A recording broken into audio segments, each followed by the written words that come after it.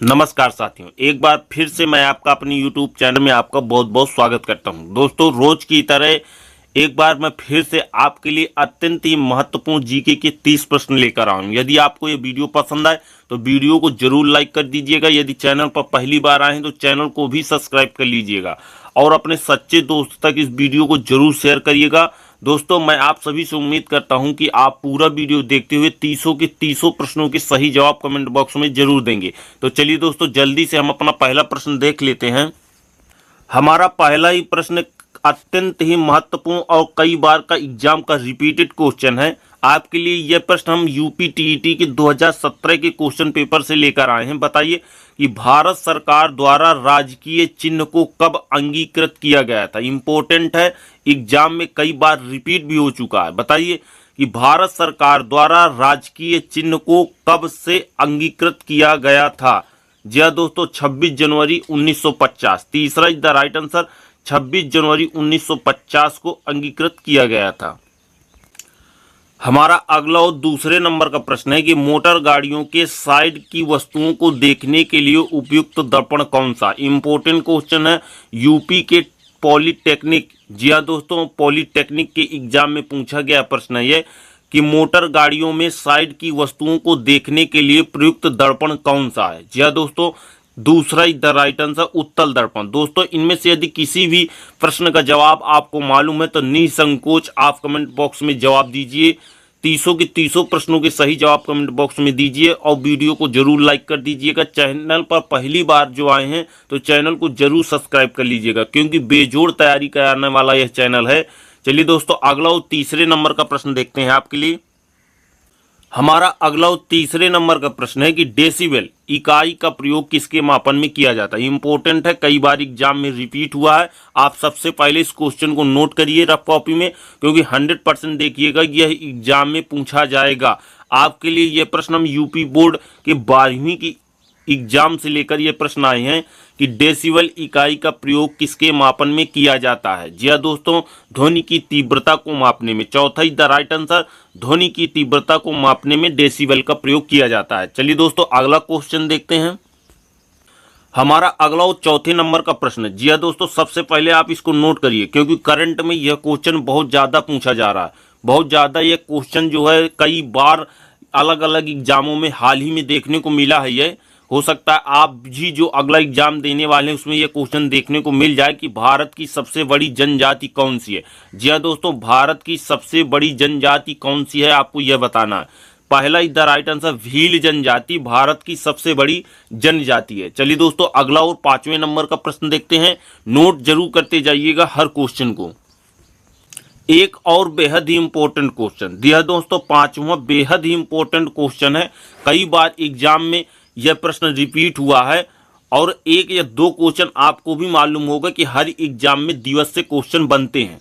हो सकता है यही क्वेश्चन आपके अगले एग्जाम में बन जाए कि विश्व बाल श्रम निषेध दिवस कब मनाया जाता है। दिल्ली पुलिस 2016 के क्वेश्चन पेपर से लेकर आए हैं यह हम क्वेश्चन आपके लिए। बताइए, कमेंट करके फटाक से बताइए कि विश्व बाल श्रम निषेध दिवस कब मनाया जाता है। जी हाँ दोस्तों, 12 जून को। जी हाँ दोस्तों, 12 जून को। चौथा इज द राइट आंसर, 12 जून को विश्व बाल श्रम निषेध दिवस के रूप में मनाया जाता है। हमारा अगला और 6वें नंबर का प्रश्न वेरी वेरी इंपॉर्टेंट। जी हाँ दोस्तों, आप इसको तुरंत अभी नोट करिए रफ कॉपी में। हम सभी प्रकार के मिश्रण लेकर आए हैं प्रश्नों का। देखिए, दिवस से भी क्वेश्चन है, अनुसंधान से भी कई बार क्वेश्चन पूछे जाते हैं। जी हाँ दोस्तों, अनुसंधान से भी कई बार क्वेश्चन रिपीट किए जाते हैं। बताइए, हो सकता है यही क्वेश्चन आपके अगले एग्जाम में देखने को मिले। यह हम क्वेश्चन आपके लिए हरियाणा पुलिस 2015 के क्वेश्चन पेपर से लेकर आए हैं कि भारतीय चारागृह एवं चारा अनुसंधान संस्थान कहाँ स्थित है। बेहद इंपॉर्टेंट है, नोट जरूर करिएगा, वेरी वेरी इंपॉर्टेंट कर लीजिएगा इस क्वेश्चन को। बताइए फटाक से कि भारतीय चारागृह एवं चारा अनुसंधान संस्थान कहाँ स्थित है। झांसी। चौथा is the right answer, Jhansi में स्थित है। हमारा अगला और 7वें नंबर का प्रश्न बेहद ही इंपॉर्टेंट है। साइंस के स्टूडेंट जितने भी इस वीडियो को देख रहे हैं, बिना देर किए फटाक से कमेंट में जवाब दें इसका। डायनमो ऊर्जा परिवर्तित करता है। बेहद ही इंपॉर्टेंट है, यूपी बोर्ड नहीं एमपी बोर्ड 10वीं के एग्जाम से लेकर आए हैं ये प्रश्न को कि डायनमो ऊर्जा परिवर्तित करता है। बताइए। जी दोस्तों, दूसरा यांत्रिक ऊर्जा को विद्युत ऊर्जा में। डायनमो का क्या कार्य है या डायनमो किस ऊर्जा को परिवर्तित करता है? तो यांत्रिक ऊर्जा को विद्युत ऊर्जा में परिवर्तित करता है डायनमो। नोट कर लीजिएगा। हमारा अगला और 8वें नंबर का प्रश्न भी बेहद ही इंपॉर्टेंट है और कई बार का एग्जाम का रिपीटेड क्वेश्चन है कि रक्त समूह ओ क्या कहलाता है? बताइए कि रक्त समूह ओ क्या कहलाता है? सर्वदाता कहलाता है। दूसरा इज द राइट आंसर, रक्त समूह ओ सर्वदाता कहलाता है। चलिए दोस्तों, यदि आपने अब तक वीडियो को लाइक नहीं किया है तो लाइक कर दीजिए। यदि आपको लगे कि बेहद ही इंपॉर्टेंट क्वेश्चन हम आपके लिए लेकर आए हैं तभी आप चैनल को जरूर सब्सक्राइब कर लीजिएगा।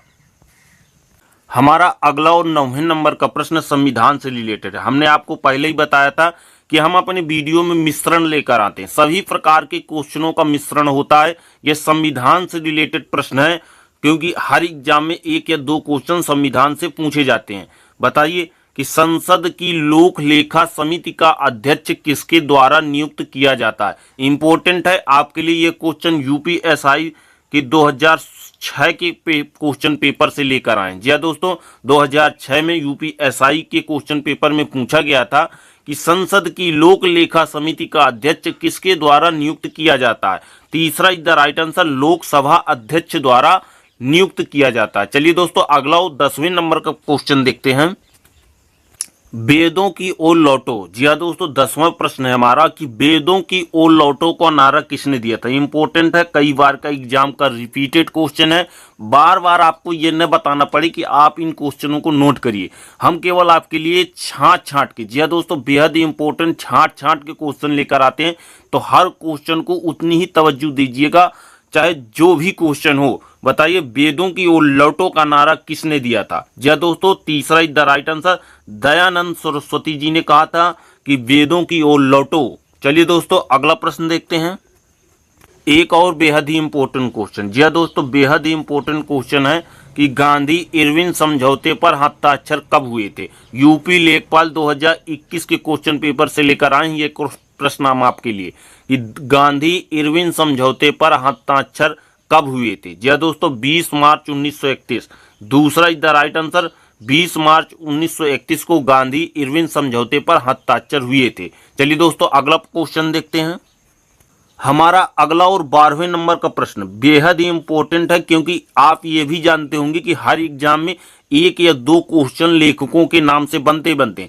कोई भी पुस्तक दे दी जाती है उसके लेखक के नाम पूछ लिया जाता है, या कोई रचना दे दी जाती है उसके राइटर का नाम पूछ लिया जाता है। तो 1 या 2 क्वेश्चन ऐसे ही बनते हैं। बताइए इनमें से कौन सी पुस्तक ज्योतिबा फूले द्वारा लिखी गई है? ज्योतिबा फूले द्वारा लिखित रचना का नाम पूछा गया है। इन चारों में से ऐसी कौन सी पुस्तक है जो ज्योतिबा फूले द्वारा लिखी गई है? यह प्रश्न हमारा रेलवे ग्रुप डी के 2007 के क्वेश्चन पेपर में पूछा गया था। जी दोस्तों, चौथा द राइट आंसर, गुलामगिरी। गुलामगिरी पुस्तक ज्योतिबा फूले द्वारा लिखी गई एक रचना है, यह एक पुस्तक है। चलिए दोस्तों, अगला 13वें नंबर का क्वेश्चन देखते हैं। हमारा 13वें नंबर का प्रश्न है कि अंतर्राष्ट्रीय मातृभाषा दिवस कब मनाया जाता है? बताइए, इंपॉर्टेंट है। सबसे पहले आप इस क्वेश्चन का जवाब कमेंट बॉक्स में दीजिए यदि आपको मालूम है। बताइए कि अंतर्राष्ट्रीय मातृभाषा दिवस कब मनाया जाता है? जी हाँ दोस्तों, तीसरा इज द राइट आंसर, 21 फरवरी को अंतर्राष्ट्रीय मातृभाषा दिवस के रूप में मनाया जाता है। हमारा अगला 14वें नंबर का प्रश्न बेहद ही इंपॉर्टेंट है। हाल ही में यूपी पुलिस 2024 के क्वेश्चन पेपर में पूछा गया है, अभी तत्काल पूछा गया है, 1 महीने पहले ही ये क्वेश्चन कि विटामिन B3 नियासिन की कमी से कौन सा रोग हो जाता है? बताइए। जी दोस्तों, दूसरा is the right answer, pellagra. चलिए दोस्तों, अगला क्वेश्चन देखते हैं। दोस्तों, आप लाइक करने में बहुत कंजूसी करते हैं, सभी लोग इस वीडियो को लाइक कर दीजिए। पहली बार आए हैं तो वीडियो काम का होगा आपके लिए, तभी आप चैनल को सब्सक्राइब जरूर कर लीजिएगा।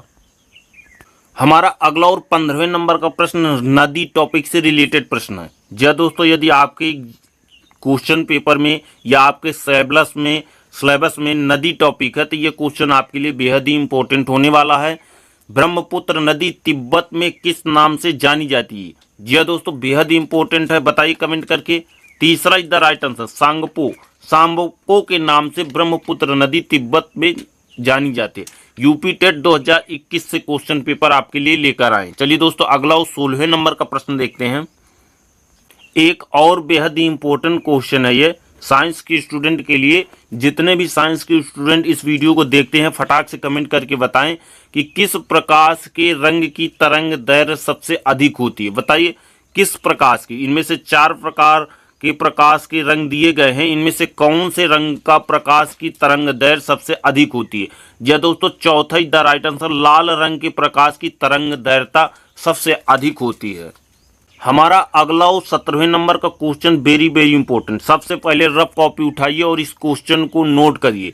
यह रेलवे ग्रुप डी का बेहद ही महत्वपूर्ण क्वेश्चन माना जाता है, बार बार का रिपीटेड क्वेश्चन है रेलवे ग्रुप डी का कि निम्नलिखित में से कौन सा विटामिन पानी में घुलनशील नहीं है। बताइए कि इनमें से कौन सा विटामिन है जो पानी में घुलनशील नहीं है। बेहद ही इंपॉर्टेंट क्वेश्चन है। पहला is the right answer retinol. Retinol पानी में घुलनशील विटामिन नहीं है। हमारा अगला और 18वें नंबर का क्वेश्चन है कि कौन सी ग्रंथि अंतःस्रावी और बाह्यस्रावी दोनों प्रकार की एक ग्रंथि है। यानी इन चारों में से ऐसी कौन सी ग्रंथि है जो अंतःस्रावी और बाह्यस्रावी दोनों प्रकार की ग्रंथि है। जी दोस्तों अग्नाशय। दूसरा इज द राइट आंसर, अग्नाशय एक अंतःस्रावी और बाह्यस्रावी दोनों प्रकार की ग्रंथि है। चलिए दोस्तों अगला और 19वें नंबर का प्रश्न देखते हैं।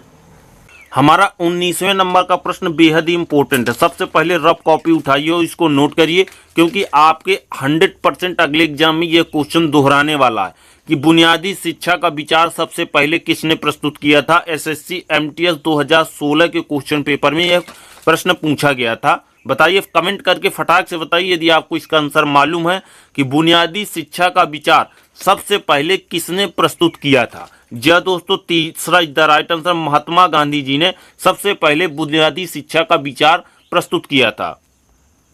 हमारा अगला और 20वें नंबर का प्रश्न है कि बनारस हिंदू विश्वविद्यालय के संस्थापक निम्न में से कौन थे। बेहद ही इंपॉर्टेंट है, एग्जाम का रिपीटेड क्वेश्चन है कि बनारस हिंदू विश्वविद्यालय के संस्थापक इनमें से कौन से थे। जी दोस्तों दूसरा is the right answer, Madan Mohan Malviya Banaras Hindu विश्वविद्यालय के संस्थापक थे। दोस्तों लाइक कर दीजिए तुरंत वीडियो को।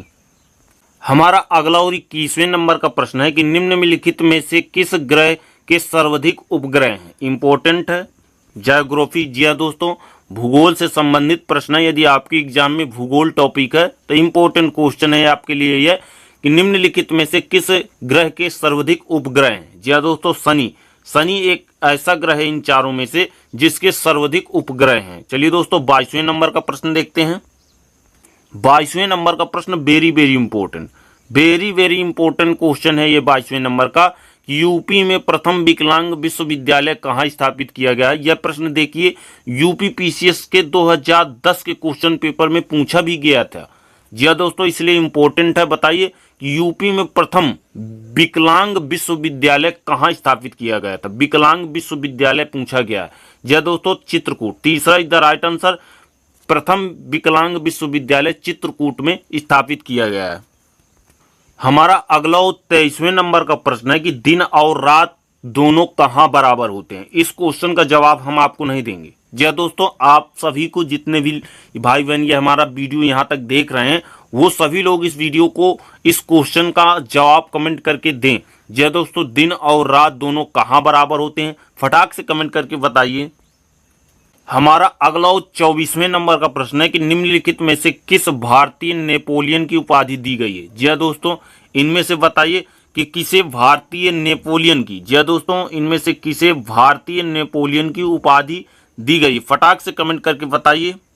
जी हाँ दोस्तों समुद्रगुप्त को भारतीय नेपोलियन की उपाधि दी गई। यह प्रश्न मैं आपको बताता हूं कि मुझे कहाँ मिला था, किस एग्जाम के क्वेश्चन पेपर में मुझे यह प्रश्न मिला था। जब मैं बीएड का इंट्रेंस एग्जाम देने गया था वहां यह क्वेश्चन मुझे मिला था कि भारतीय नेपोलियन की उपाधि किसे दी गई है। बताइए मुझे बीएड के क्वेश्चन पेपर में मिला था ये एग्जाम में यह प्रश्न। इसीलिए मैं आपसे कहता हूं कि कौन सा क्वेश्चन आपके क्वेश्चन पेपर में छप जाए यह किसी को पता नहीं। यही क्वेश्चन जो आपको सामने दिख रहा है कि भारत की सर्वाधिक सीमा किस देश के साथ मिलती है, यही क्वेश्चन आपके अगले एग्जाम में छप जाए। बताइए कि भारत की सर्वाधिक सीमा किस देश के साथ मिलती है। जी हाँ दोस्तों तीसरा is the right answer, Bangladesh. Bangladesh के साथ भारत की सर्वाधिक सीमा मिलती है। चलिए दोस्तों, अगला 26वें नंबर का प्रश्न देखते हैं। हमारा अगला 26वें नंबर का प्रश्न है जो रेलवे ग्रुप डी के 2009 के क्वेश्चन पेपर में पूछा गया था कि निम्न में से कौन सी जगह आरबीआई की नोट छपाई में प्रयोग की जाती है। जी हाँ दोस्तों, इनमें से कौन सी जगह है जो आरबीआई की नोट की छपाई में इस्तेमाल की जाती है। जी हाँ दोस्तों, नासिक। चलिए दोस्तों, अगला क्वेश्चन देखते हैं। हमारा अगला 27वें नंबर का प्रश्न बेहद ही इंपॉर्टेंट है। आप लोग ईमानदारी के साथ बताइए कि इसका जवाब आपको मालूम है कि नहीं मालूम है। यदि आपको इस प्रश्न का आंसर मालूम है तो फटाक से कमेंट करिए, और मेरा विश्वास है कि 100% आपकी तैयारी पूर्ण हो चुकी है यदि आपको इसका आंसर मालूम है कि भारत में बनी पहली रंगीन फिल्म कौन सी है। जी हाँ दोस्तों, तीसरा द राइट आंसर किसान कन्या भारत में बनी पहली रंगीन फिल्म है। हमारा अगला और 28वें नंबर का प्रश्न है कि स्वामी विवेकानंद का वास्तविक नाम क्या था। बताइए, इन चारों में से 4 प्रकार के नाम दिए गए हैं, इनमें से कौन सा नाम स्वामी विवेकानंद का वास्तविक नाम था। पहला द राइट आंसर नरेंद्र नाथ दत्त स्वामी विवेकानंद जी का वास्तविक नाम था। चलिए दोस्तों, 29वें नंबर का प्रश्न देखते हैं। हमारा अगला और 29वें नंबर का प्रश्न है कि बुलंद दरवाजा का निर्माण किसने करवाया था। इसका तो आंसर सभी को मालूम होगा। जी दोस्तों, इसका आंसर सभी को मालूम होगा। फटाक से कमेंट करके बताइए कि बुलंद दरवाजा का निर्माण किसने करवाया था। चौथा द राइट आंसर अकबर ने करवाया था। दोस्तों, अब वीडियो का लास्ट चल रहा है, यदि आपने अब तक वीडियो को लाइक नहीं किया तो लाइक कर दीजिए। यदि चैनल पर आए हैं, आपको इंपॉर्टेंट लगे ये चैनल, तो वीडियो चैनल को भी सब्सक्राइब कर लीजिएगा। हमारा अंतिम और 30वें नंबर का प्रश्न है कि नोबेल पुरस्कार प्राप्त करने वाले प्रथम भारतीय नागरिक कौन थे। प्रथम भारतीय नागरिक पूछा गया है कि नोबेल पुरस्कार प्राप्त करने वाले प्रथम भारतीय नागरिक कौन थे। बताइए। जी दोस्तों, रविन्द्रनाथ टैगोर नोबेल पुरस्कार पाने वाले प्रथम भारतीय नागरिक थे। नमस्कार साथियों, आज का वीडियो हमारा यहीं पर समाप्त होता है।